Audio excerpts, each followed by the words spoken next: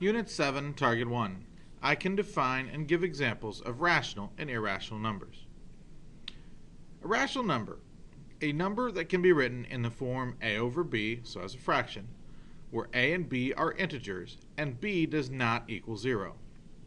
Rational numbers include counting numbers, whole numbers, and integers. So let's give some examples.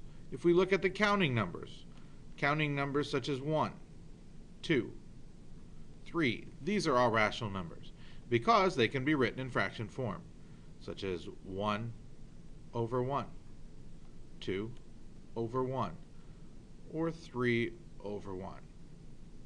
When we get up to the next set of numbers, we include the whole numbers. Whole numbers are all of the counting numbers, and we add 0. 0 can be written as a fraction, 0 over any denominator. I've put 2 here, for example. If we continue on, we also have integers. Integers will be all of the counting numbers, the whole numbers, and their opposites, such as -1 and -2. -1 can be written as a fraction, -1 over 1. -2 could be -2 over 1. There are some other numbers that also fit into this category of rational numbers. They would be decimal numbers, something such as 0.25 or 25 hundredths. This could be written as 25 hundredths.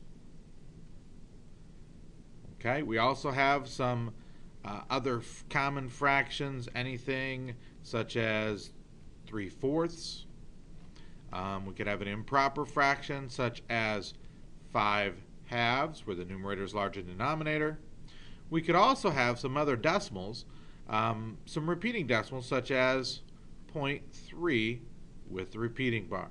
This can be written as 3/9. Anytime you have one number repeating after the decimal, you can write it over 9. Now let's talk about irrational numbers. An irrational number is a number that cannot be expressed as a finite or repeating decimals. Okay, so we have to express it other than this a over b format.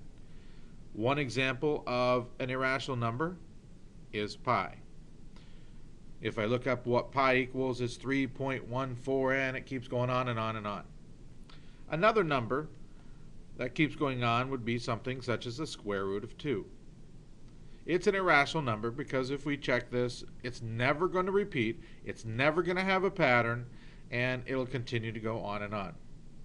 And a third example would be something like the decimal point 1, 2, 1, 1, 2, 1, 1, 1, 2. We do see a pattern, but it's not a repeating pattern, so this classifies it as an irrational number.